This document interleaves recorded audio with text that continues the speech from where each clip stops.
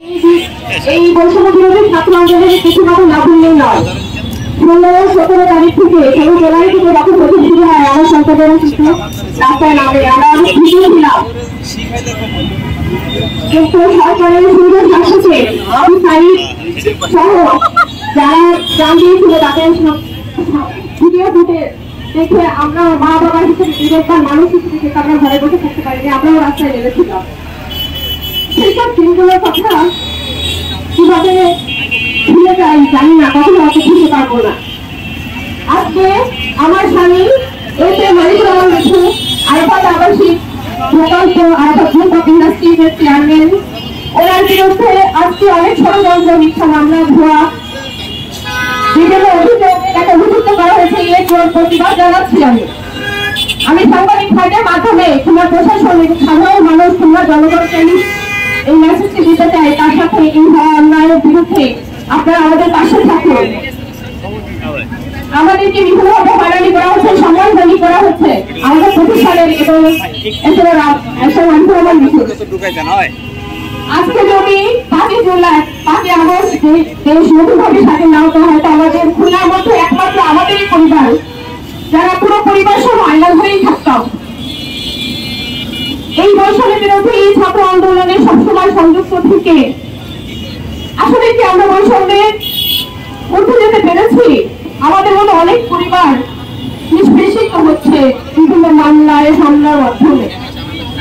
আপনাদের সকলের কাছে আমার দাবি, আমাদের এই মেসেজটুকু আপনারা প্রশাসনের কাছে, আইন শৃঙ্খলা বাহিনী এবং সর্বোপরি সরকারের কাছে আপনারা পৌঁছে দেন। আপনাদের কাছে অনুরোধ জানাচ্ছি আমি। আজকে এই প্রতিবাদে যাদের বিরুদ্ধে কিছু কথা না বললেই নয়। 1996 সালের দিকে আমাদের, আপনারা জানেন, আরাফাত আবাসিক প্রকল্প খুলনার সবচেয়ে বড় বেসরকারি আবাসন প্রকল্প। এটা আমার আপা এবং আন্নান খান প্রতিষ্ঠা করেন অনেক কষ্ট পরিশ্রমের মাধ্যমে। আমার ভাই সে অসুস্থ হয়ে মারা যায়, তারপরে পরিবারের সম্মতি ক্রমে মার্শাল রহমান মিঠু দায়িত্ব গ্রহণ করে। তখন থেকে সেই সততার মাধ্যমে আমার বাবা যেভাবে পরিচালনা করে আসছিল, একটা রূপ আরাফাত আবাসিক প্রকল্পকে আমার বাবা দিয়ে গেছেন, আরেকটা রূপ দিয়েছেন মার্শাল রহমান বিষয়ে দিয়েছেন। সেখানে কোনো দিন কখনো কোনো মানুষ তার দ্বারা নির্যাতিত হয়েছে, তার দ্বারা কোনো অভিযোগ এসছে এরকম কেউ কখনো বলতে পারেনি। তার এত বছরে অনেক শত্রু ছিল, তার বিরুদ্ধে অনেক অপপ্রচার হতে পারত, কিন্তু আজ কেন, হঠাৎ করে আজ কেন? এটার পেছনে কারা আছে, কারা পেছন থেকে কিছু কুচক্রী মহল, আমি নাম ধরে বলবো, আমাদের ম্যানেজার ছিল মতি। আমরা পরবর্তীতে 2012-13 সালের দিকে তার বিভিন্ন কার্যকলাপে অতিষ্ঠ হয়ে তাকে আমরা চাকরিচ্যুত করি, যার ফলশ্রুতিতে সে আমাদেরকে বিভিন্ন ভাবে ক্ষতি করার চেষ্টা করে ঠিক পিছিয়ে। এবং তার সাথে আরো কিছু নাম রাজ্জাক, যাদের আসলে যারা অগ্রহণযোগ্য সমাজে, এরকম আরো অনেকে শান্তি কমিটি নামে আরাফাত প্রকল্পের ব্যানার দিয়ে সাধারণ জনগণকে আমাদের আরাফাত প্রকল্পে অনেক রকম হয়রানি স্বীকার করছে। আপনারা দেখতে পাচ্ছেন আমার পাশেই আছে, এখানে একজনকে পা মেরে ভেঙে দেওয়া হয়েছে, একজনের চোখ নষ্ট করে দেওয়া হয়েছে, এরকম অনেক।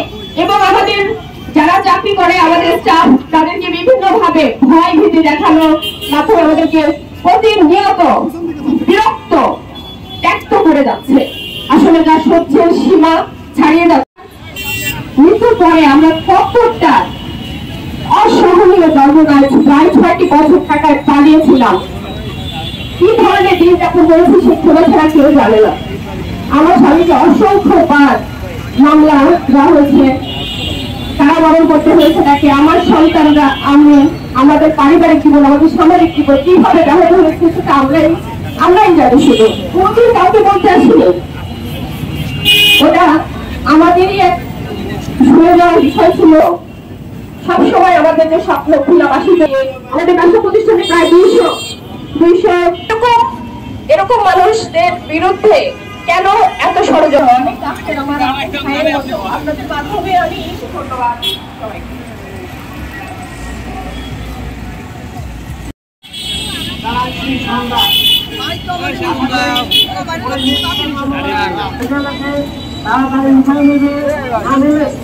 আমরা অবশ্যই সংগ্রাম করে তাদেরকেও আমরা চিনি। ওরা এখন থেকে